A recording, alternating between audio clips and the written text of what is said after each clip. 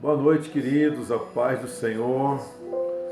Um prazer estarmos juntos aqui nessa noite para cultuarmos ao Senhor. Mais uma vez, de uma forma diferente, cremos somente nesse final de semana, pela nossa necessidade, essa questão vinculada ao problema do Covid, um decreto que nos permitiu termos somente o culto online, não nos permitiu reunirmos presencialmente, mas vamos celebrar o Senhor nessa noite, né? Juntos, vamos aprender de Deus, eu quero fazer um tempo diferente, um tempo de compartilhar. Nessa noite eu quero que esse culto seja mais do que um culto, seja um tempo de interação entre eu e você, nós possamos compartilhar. Você pode mandar suas opiniões, você pode falar aí, mandar sua pergunta. Várias vezes eu vou perguntar para vocês, e aí, o que é que você acha disso? Como que você entende isso? E vai ser muito importante estarmos juntos, vai ser muito importante nós conversarmos aqui nessa noite. Eu quero tentar ajudar você a entender, né, sobre salvação. Então, vamos começando esse período orando em nome de Jesus. Senhor Deus, precisamos tanto de Ti, precisamos da Tua presença, da Tua paz, da Tua direção, da Tua graça. Sem o Senhor não somos nada, sem o Senhor não podemos nada, mas em Ti somos mais que vencedores. Somos capazes, Senhor, de aprender em Ti, de Ti, e na Tua presença, movidos pelo Espírito Santo, podemos vivenciar os melhores momentos, os melhores tempos, a melhor aprendizagem, pois o Senhor é aquele que é verdadeiramente o Senhor das nossas vidas. Então nós entregamos esse tempo nas Suas mãos, que o Senhor nos ajude, que o Senhor nos fortaleça, que o Senhor nos dê a experiência que precisamos essa noite para glorificarmos o Teu nome, em nome de Jesus. Eu te convido agora a só alguns poucos minutos a ouvir essa canção e estar, né, louvando a Deus em nome de Jesus.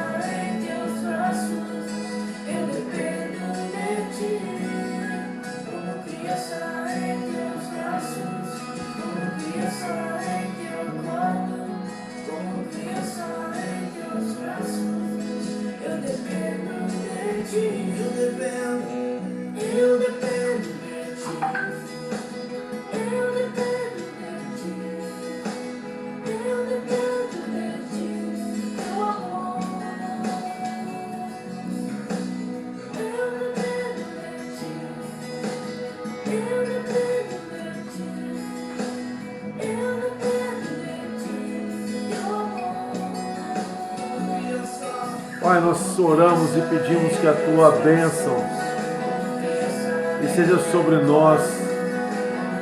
Queremos ouvir a Tua palavra, Senhor, e receber o que o Senhor tem preparado para nós esse dia, em nome de Jesus. A nossa confiança está depositada em Ti, e em Ti, Senhor, podemos todas as coisas. Glorifique Teu nome, que a Tua bênção esteja sobre nós. Glorificamos o Teu nome, te agradecemos e te exaltamos no nome poderoso de Jesus. Amém. Glória a Deus. Que bom que você está aí.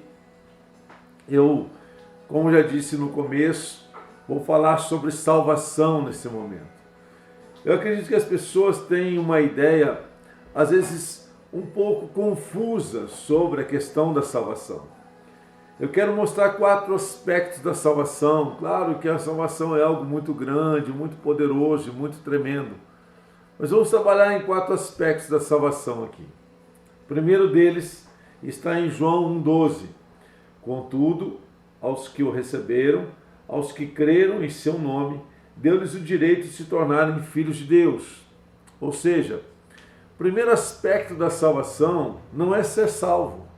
Ser salvo é a consequência disso que eu vou mostrar a você. Então, aqueles que se tornam filhos, eles têm o direito de serem salvos. Eles têm o direito de serem chamados filhos de Deus. Aqueles que vão estar com Deus, vão habitar com Deus, vão morar com Deus eternamente. Segundo aspecto está em João 3,16. Creio que todos vocês conhecem. Diz assim: porque Deus tanto amou o mundo que deu o seu Filho unigênito, para que todo que nele crê não pereça, mas tenha vida eterna. Então, salvação é, primeiro aspecto, você ser chamado filho de Deus. Segundo aspecto, você ter a vida eterna. Terceiro aspecto, João 5,24, diz assim: eu lhes asseguro, quem ouve a minha palavra e crê naquele que me enviou, tem a vida eterna e não será condenado, mas já passou da morte para a vida. Primeiro aspecto, tornar-se filho. Segundo aspecto, não perecer, mas ter a vida eterna. Terceiro aspecto, não ser condenado, mas já ter passado da morte para a vida. Quarto aspecto, João 17,3. João 17,3 diz assim, só vou abrir o texto aqui, só um segundo. João 17,3 diz assim: esta é a vida eterna, que te conheçam o único Deus verdadeiro e a Jesus Cristo a quem enviaste. Então, primeiro aspecto da salvação é o que? Tornar-se filho. Segundo aspecto, você, na questão da salvação, você não perecer, mas ter a vida eterna. Terceiro aspecto da salvação, não ser condenado, mas passar da morte para a vida. Quarto aspecto da sua salvação, da vida eterna, conhecer a Deus. Então veja só, quando pensamos em salvação, pensamos em algo futuro, né? O certo ou errado, o importante é que na nossa mente está esse futuro. Agora, eu quero fazer uma pergunta para você e gostaria que você participasse comigo aí, né? A vida eterna, ela começa quando? Quando começou a sua vida eterna? Quando começou a sua salvação? Eu dou um segundinho aí para você responder, para você colocar aí, né? Ou no Instagram, ou no Facebook, você colocar aí quando começa a vida eterna. Porque é importante nós entendermos isso. É importante nós compreendermos quando é que começa a nossa vida eterna. Eu estou aqui, né, com a minha auxiliar Sara e com o meu querido discípulo Chan me ajudando aqui. Então, tem alguma opinião aí já, Sara? 2. Quando aceitamos Jesus como Salvador, e outra, quando entreguei a minha vida a Jesus.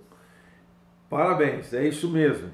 Quando nós declaramos que Jesus é o nosso Senhor Isso é muito importante. Né? A nossa declaração não é que Ele é o nosso Salvador, mas é que Ele é o nosso Senhor. Isso é muito, muito, muito. Se houver mais alguma opinião, você coloca, fala para mim aí. Muito importante. Por quê? A vida eterna... Oi. Quando aceitei Jesus como Senhor e Salvador da minha vida. Isso, Senhor e Salvador. Né? Primeiro Senhor, depois Salvador.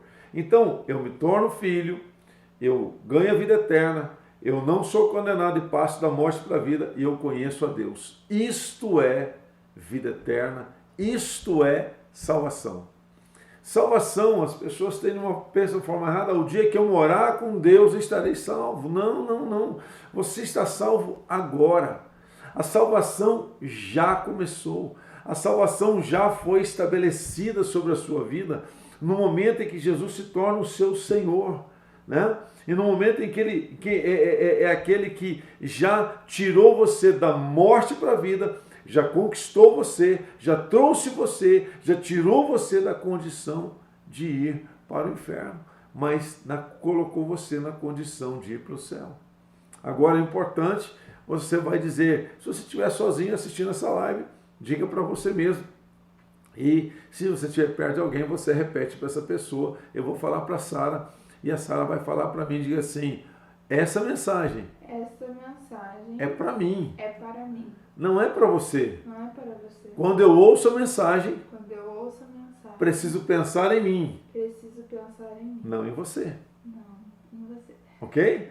Porque nós temos um costume um pouco errado. Quando falamos de salvação, pensamos nas pessoas. Não, não, não, não, querido, em nome de Jesus, não. A salvação é pessoal. A salvação é para a sua vida. Você é o salvo. Então, o julgamento que acontece é sobre você. Então, é muito ruim quando julgamos as pessoas, quando não entendemos isso. Então, a Bíblia vai dizer para nós, em João 3,18, diz assim, quem nele crê não é condenado, mas quem não crê já está condenado, por não crer no nome do Filho unigênito de Deus. Olha só, é muito estranho falar isso, parece uma coisa muito difícil de entender, mas se você está salvo, não tem como você ser condenado. Se você está salvo, né, você ganhou a salvação, você conquistou a salvação, automaticamente você não pode ser condenado. Como você pode ser condenado se você já está salvo? Se você já passou da morte para a vida? O que as pessoas têm dificuldade de entender, né, é que a pergunta assim, eu vou fazer a pergunta para você primeiro então. Deixa eu te perguntar o seguinte. Pecar, quando você peca, você perde a salvação? Sim ou não? Me ajude aí. Pecar faz você perder a salvação? Sim ou não? Vamos lá, eu aguardo um segundo, né? Lembrando que salvação é tornar-se filho, ter a vida eterna, não ser condenado e passar da morte para a vida e conhecer a Deus. Esse é o grande propósito, né, da questão da salvação, e aquele que crê em Jesus não é condenado, né, e ele não será nem mesmo julgado. Ok? 4 pessoas responderam 5, todas não. Não perde. Mas por que não perde a salvação? Pecado entra no céu? Tem uma que falou assim, não, porque a misericórdia do Senhor está sobre a nossa vida. Sim, mas aí eu repito, vamos dizer que eu não conheço tão bem a Bíblia. Eu perguntaria para você assim, mas pecado entra no céu?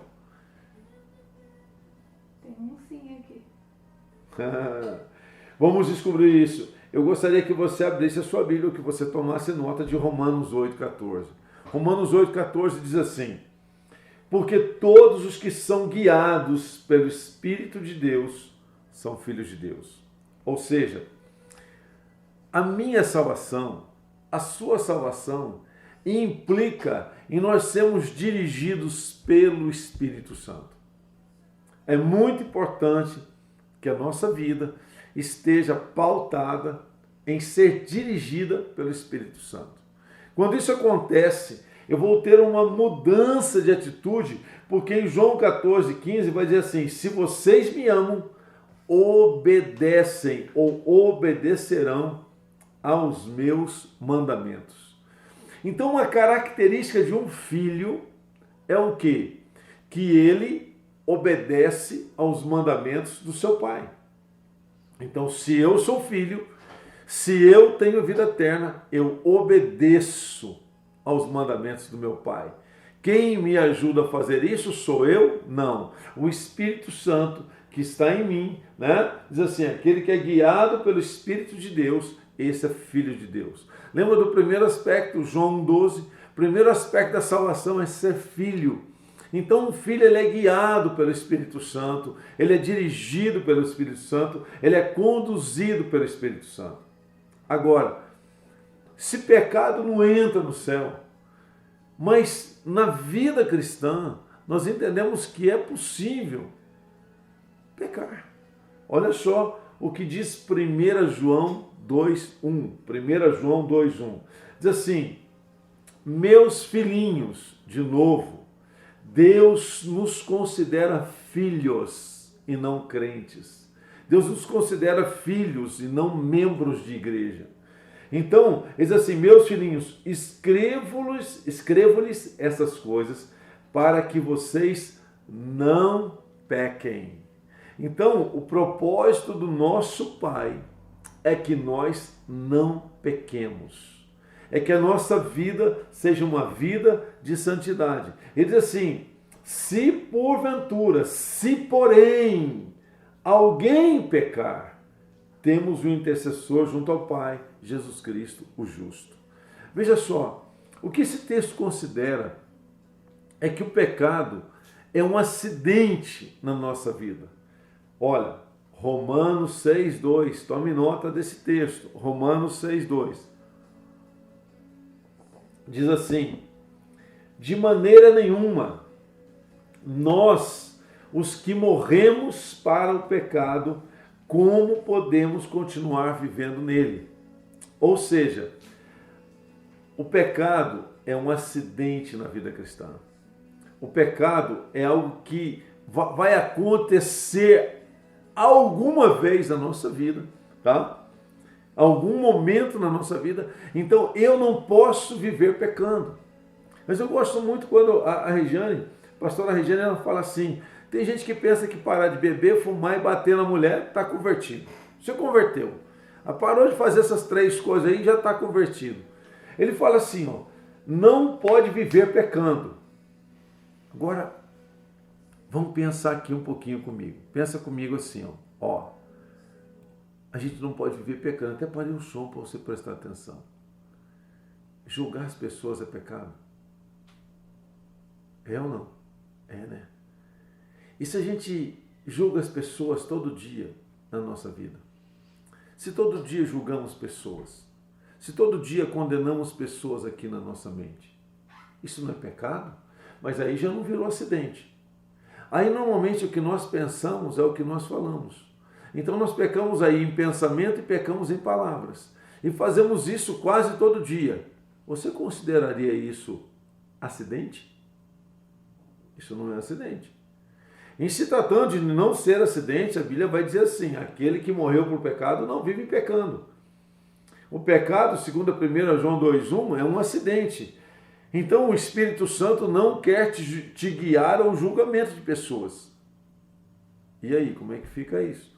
Como é que fica esse negócio de ter que amar o próximo? E aí muitos cristãos dizem para mim: pastor, eu amo, mas à distância. Não, esse negócio de amar, de andar perto aí, para com isso. Mas vem cá, Jesus diz o segundo mandamento que está acima de, né? Segundo, primeiro amar a Deus, né? E depois amar o próximo. Como que fica esse mandamento? Será que não pecamos continuamente quando não amamos as pessoas como deveríamos amá-las? E aí? Manda a sua opinião. Tem alguma opinião aí, Sara? Ainda não. Manda aí a sua opinião. Veja só. Não considere pecado escândalos somente. A Bíblia diz assim, Jesus fala: se o cara pensar, pronto, já pecou. E aí, como é que fica essa situação? Como nós vamos tratar essa questão do pecado? Se a Bíblia diz assim, ei, você morreu para ele, agora você está sendo conduzido pelo Espírito Santo. O que você me diz sobre isso? Porque a Bíblia diz que eu não posso viver pecando. Mas e se eu critico as pessoas? E se eu falo das pessoas em tom de crítica? Também é pecado. E aí presta atenção, quantos pecados semanalmente você acaba cometendo. Mas a Bíblia diz assim, aquele que é filho de Deus, conduzido pelo Espírito, não vai ser condenado, porque já passou da morte para a vida. Que conhece a Deus, ele não vive pecando. Então esses pecados, eles não podem fazer parte da nossa vida. Quando eu disse para você falar que essa mensagem é para você, é porque eu quero que você pense na sua atitude. Quero que você pense na sua condição. Opinião, vamos lá. Pecado é pecado, não tem dimensão. Pecado é pecado.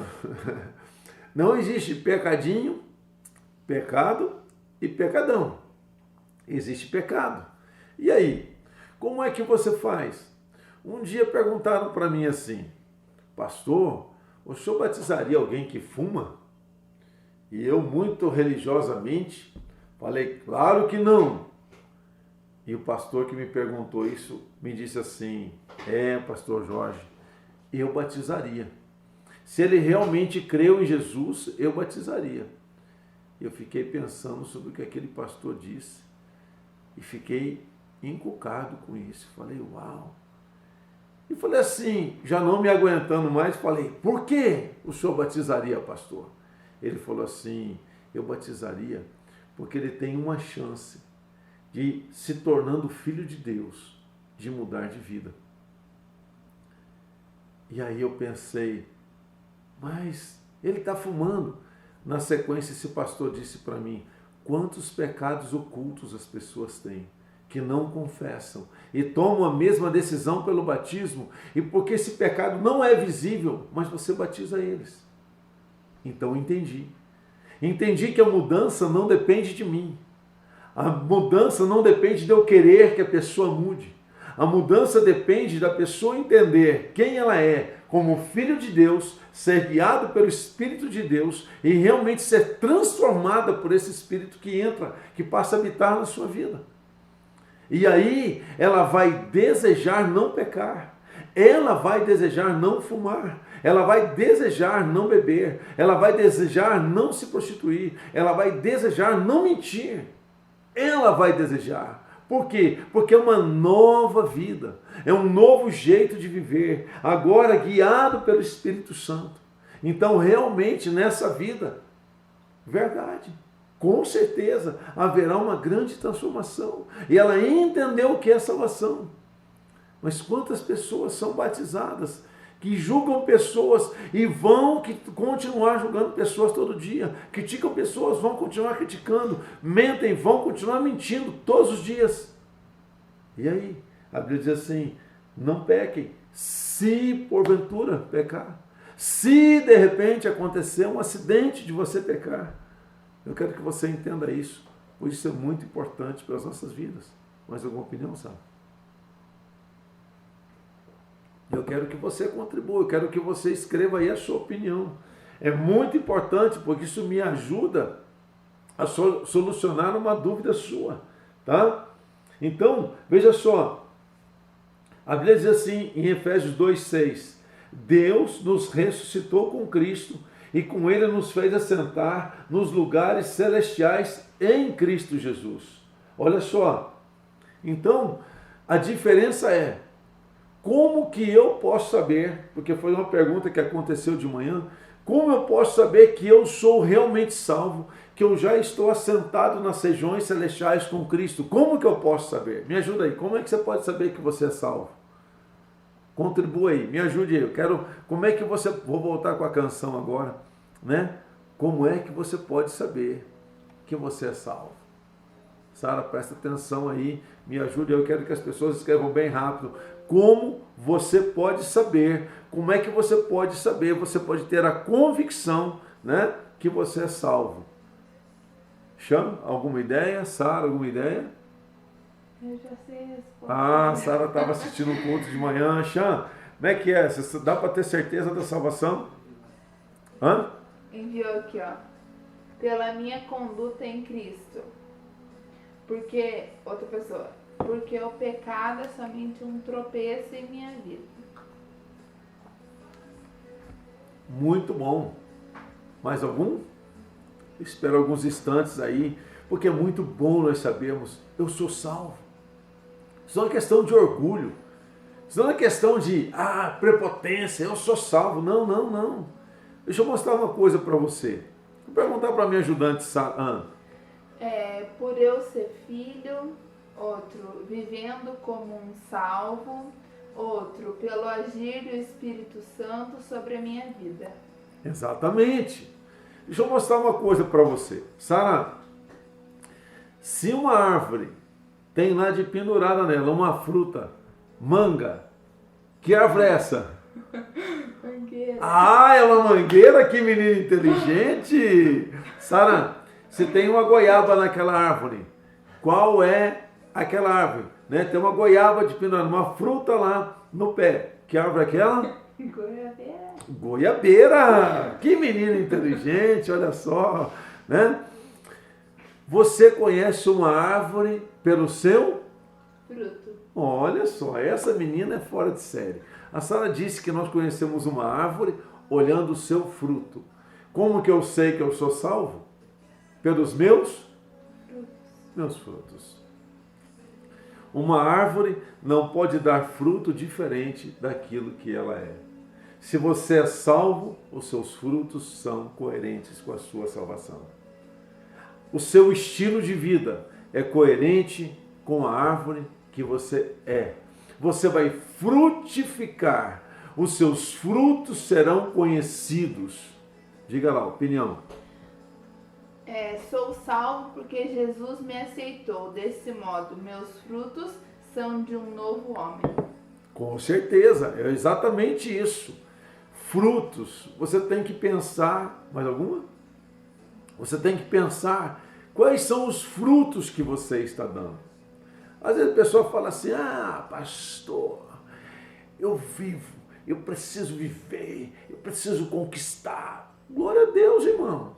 Mas a Bíblia diz assim, todas as coisas foram feitas por meio dele e para ele.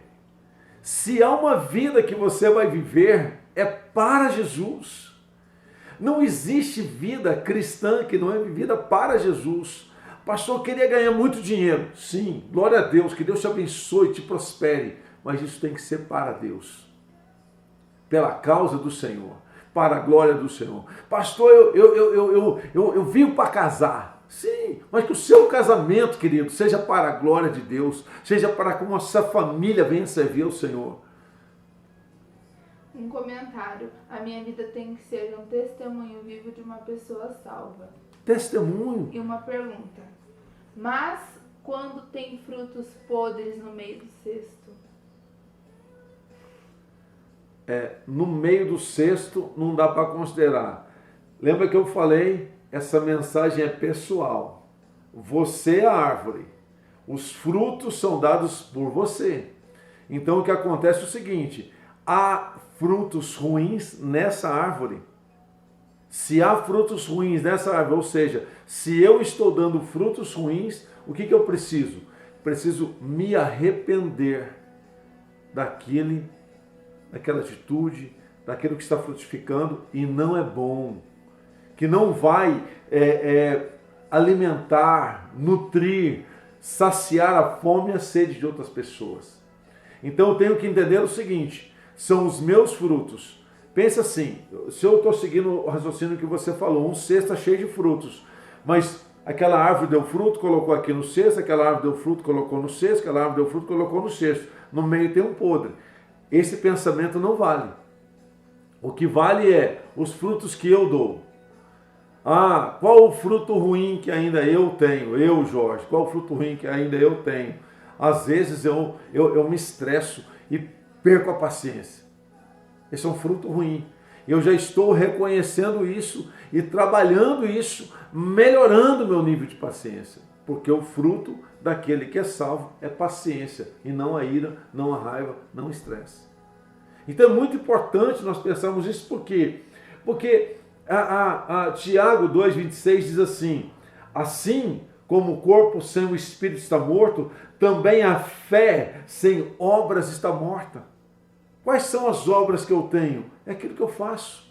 É como eu conduzo a minha vida, é como eu trabalho a minha vida, é como eu vivo a minha vida, é como eu me apresento diante de Deus e para a sociedade. Querido, isso é muito importante. Por quê? Porque isso mostra que fruto eu estou dando. Isso mostra que árvore eu sou, ok? E a última pergunta. Mais uma vez, é possível perder a salvação? O que é que você acha? É possível perder a salvação? Vamos lá. Jesus está prestes a voltar, mas eu não sei. No momento em que ele vai voltar, eu menti. E aí veio, como num piscar de olhos, um raio que corta do Oriente ao Ocidente. Jesus voltou. Perdi a salvação por causa da mentira? Sim ou não? E aí? O que é que você acha? Me ajude aí. Nesse momento, num piscar de olhos, acontece algo e eu pequei exatamente no momento da vinda de Jesus. Perdi a salvação ou não? Sabe? Por enquanto está 2-2. 2-2? 2 sim? Um falou não, se foi apenas um erro de percurso. Se houver arrependimento, será salvo. Mas no caso não deu tempo. Não dá tempo de arrepender, porque raio, mas no momento que o raio estava passando, foi o momento do pecado. Então isso não deu. Essa lapiseira. O auxiliar Sara vai fazer a contagem agora, né? Isso é muito interessante. Perco a salvação, aconteceu o pecado, sim ou não? Um falou, perdemos através da iniquidade do pecado repetido. Então. Não, porque Deus conhece nosso coração. Se eu estiver vivendo no pecado, não serei salvo. O que eu quero que você entenda assim, ó. Salvação muda a nossa vida. Salvação muda o nosso jeito de viver. Deus, quando te aceita como filho, isso é uma dificuldade muito grande que as pessoas têm em entender, e eu quero deixar até muito isso. Se você tiver alguma dúvida, eu te explico quantas vezes forem necessárias. Deus, quando te recebeu como filho, Ele diz assim: agora você é meu filho, tá? Meu filho. Deus mente quando te aceitou como filho? É possível Deus te aceitar como filho agora e depois de um erro, Ele jogar você fora porque você já não é mais filho? Hã? Vou perguntar para a Sara aqui. Sara, você já errou, Sara? Já. Essa é uma pergunta que teve. Você já errou, Sara? Já. Deixei de ser seu pai? Não. Não? Não. Certeza? Sim. É? Continua sendo teu pai? Sim. Então, a Sara já errou. Sara, quando você errou, né? Você deixou de se sentir filha? Não. Por que não? Porque, na verdade, há uma convicção no coração da Sara que ela é filha. Em Números 23:19 diz assim: Deus não é homem para que minta, nem filho do homem para que se arrependa. Como pode Deus se arrepender de ter recebido você como filho? Agora, o que eu quero que você entenda é para você essa mensagem, é para mim, é para Sara, para o Cham, para cada um aqui. Quero que você entenda o seguinte: o filho escolhe o caminho que o pai preparou para ele, por ele dizer assim: se você me ama, João 14,15, obedece os meus mandamentos. Se você ama, você é filho, você anda no caminho que o Senhor preparou para você. Então, esse caminho, a pergunta é assim, se por exemplo uma pessoa ter uma vida de pecado, mesmo assim a pessoa será salva? Não, uma vida de pecado, no meu entender, significa que ela nem filha se tornou. Porque uma vida de pecado atrai condenação. Então ela não passou da morte para a vida. Ela não está sentada nas regiões celestiais com Cristo. Quando Cristo se torna o seu Senhor, é uma decisão que você teve em sua vida. Foi algo que você decidiu viver a partir daquela hora. Então eu não tenho mais escolha. O caminho que eu tenho é obedecer à vontade de Deus. Sara, você já brigou com a sua irmã? Já. Ela deixou de ser sua irmã? Não. Mas o crente, ele briga com o irmão. Fala assim, não quero mais nem saber. Vou sair dessa família. Como você sai dessa família? O outro fez cara feia. Sua irmã já fez cara feia para você, Sara? Já. Deixou de ser sua irmã? Não. Não. Mas a igreja é o único lugar que as pessoas que fazem parte, está todo mundo filho, ou seja, está todo mundo irmão, que um quando chateia com o outro, vira a cara para o outro, já não considera mais irmão, já faz tudo errado. Querido, salvação significa que agora você ama o teu próximo, independentemente do erro que ele cometeu contigo.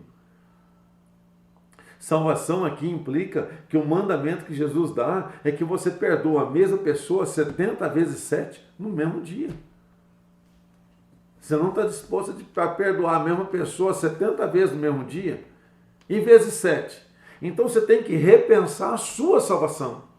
Não é salvação do irmão. O Xan não perdoa. Problema dele. A Sara não perdoa. Né? A Sara tem que perdoar a mamãe, né, Sara? Tem que perdoar as irmãs, né, Sara? Tem ou não tem, Sara? Tem. Porque você é uma pessoa que agora é o quê? De Deus. É o quê? O que você é de Deus? Filha de Deus. Vive como filha de Deus. Então a Sara não, presta atenção, Sara, não tem a chance de não perdoar a sua irmã, não tem a chance de não perdoar a sua mãe, não tem a chance de não perdoar qualquer pessoa que seja. Mas na cabeça desses salvos, eles têm o direito de não perdoar. Querido, repense a salvação. Se você é conduzido, se você é dirigido pelo Espírito Santo, então isso significa que a sua vida será transformada pelo poder de Deus.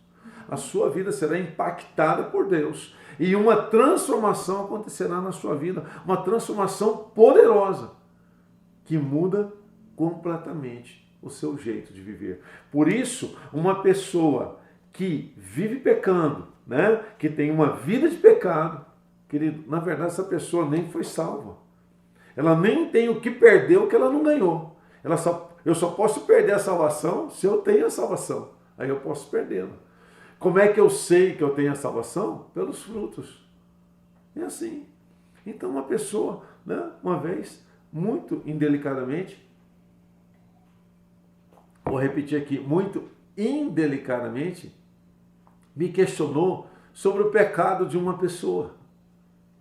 Eu falei assim, se essa pessoa ela fosse salva e tivesse um amor muito grande, desejando a salvação da outra, eu entendo e compreenderia a crítica, o julgamento.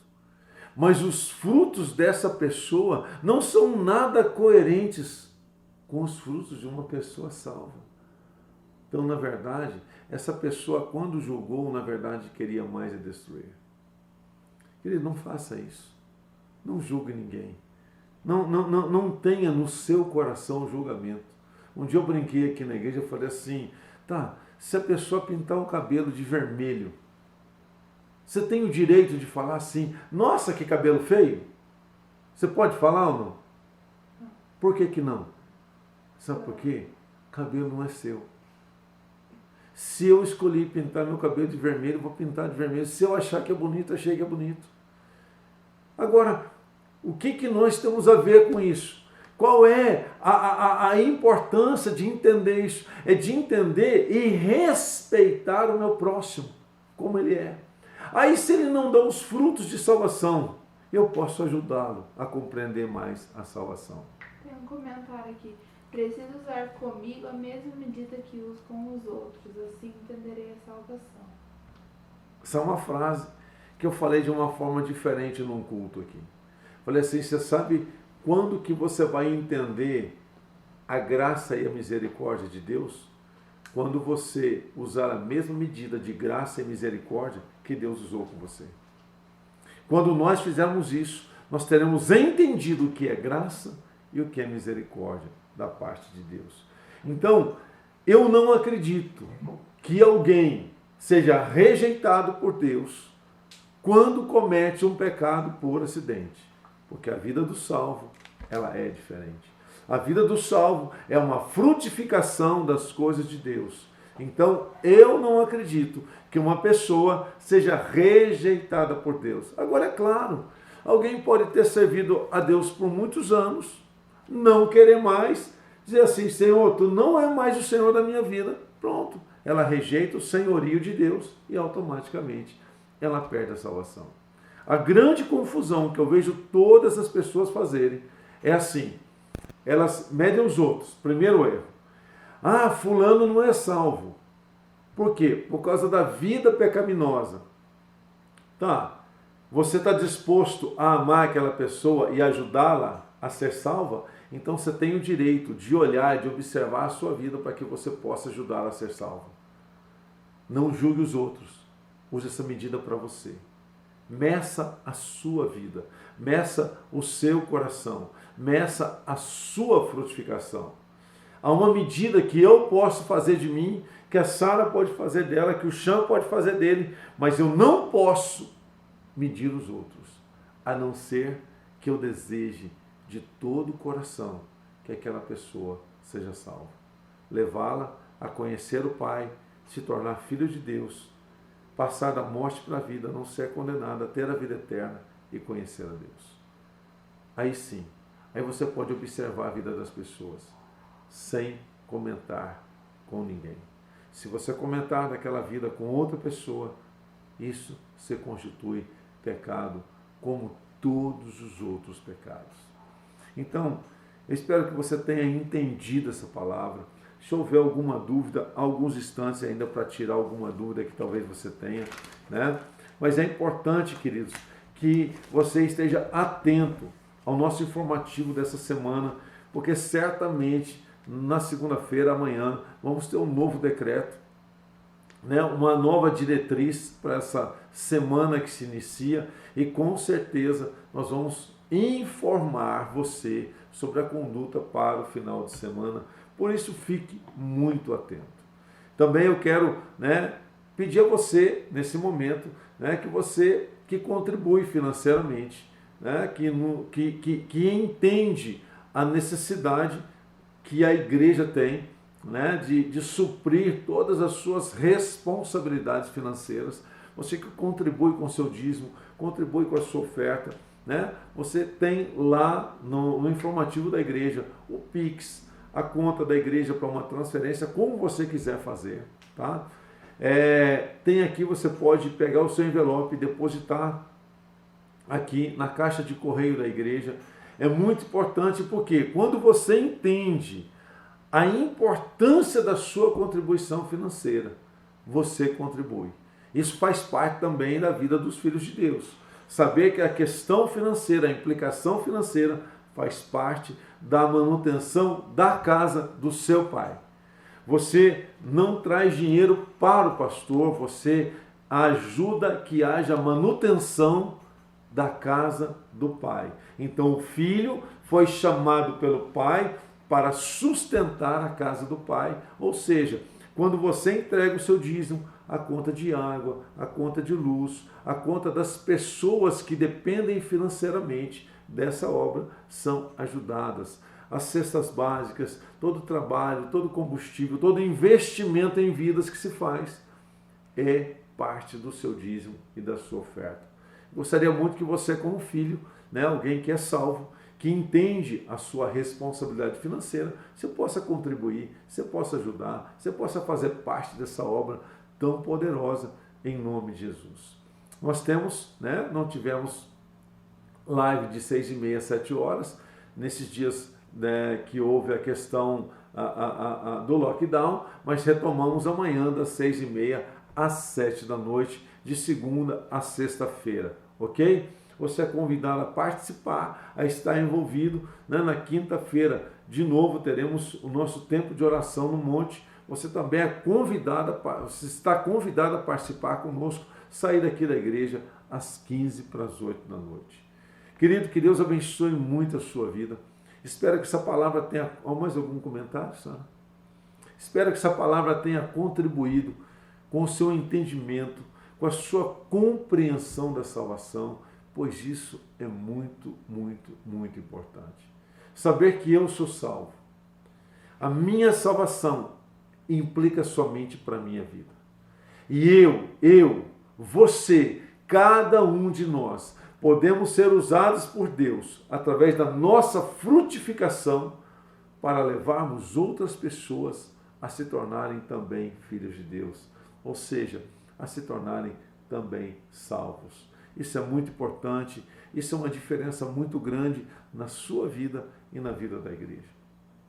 Eu quero orar por você, eu quero abençoar você, eu quero abençoar a sua semana, quero declarar uma semana de vitória, uma semana de bênção. Senhor, em nome de Jesus, muito obrigado por toda a provisão, por toda a graça que o Senhor tem nos dado a cada dia, meu Deus, pelo sustento. O Senhor tem mantido a vida, o Senhor tem guardado os nossos corações, e eu oro nessa noite, eu declaro que esta bênção, meu Deus, está derramada sobre toda a sua igreja, para que o teu nome seja glorificado. Muito obrigado, Senhor, porque o teu Espírito nos conduz diariamente em uma vitória, pois a tua palavra diz que em ti, Jesus, somos mais que vencedores. Eu declaro sobre a tua igreja, uma igreja de vitória, uma igreja de bênção, uma igreja de prosperidade, uma igreja que encontra no Senhor o refrigério, o refúgio e a bênção sobre todas as coisas. Senhor, eu declaro realmente uma semana poderosa, cheia e repleta da sua presença. Que seja assim, em nome de Jesus. Querido, Deus abençoe a sua vida poderosamente. Obrigado por você ter participado aqui comigo. E espero que na próxima semana estejamos juntos num culto presencial para glorificar e exaltar o nome do Senhor. Deus abençoe a sua vida, em nome de Jesus.